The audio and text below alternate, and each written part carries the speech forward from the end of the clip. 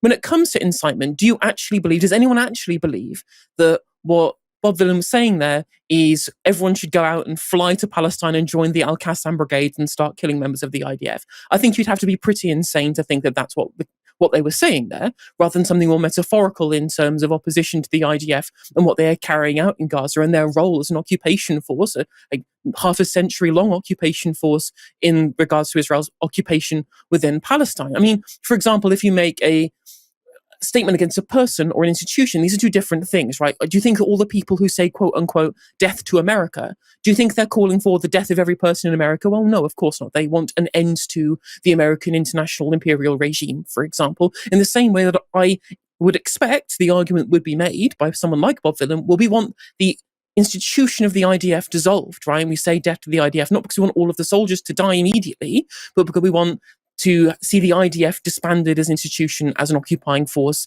in Gaza. And what's interesting, when it comes to this incitement argument, in legal terms and the public perception of the legality, is they're making this comparison with Lucy Connolly, saying, oh, well, she was sent to prison for tweets, which were counted as being incitement, right? She pled guilty to, really important context there.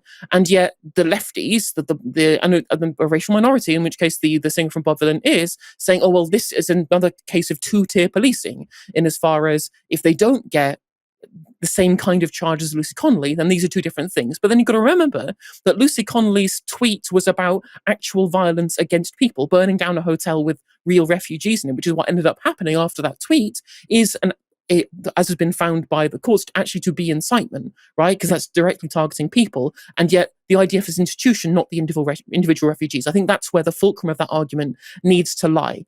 And so I don't think that you can really say that these are two similar situations when the targets are different, the context is different. And as I said, just the likelihood of them actually inciting something is wholly different when, as I said, no one is going to go there and start attacking IDF soldiers because it was chanted on the stage at Glastonbury.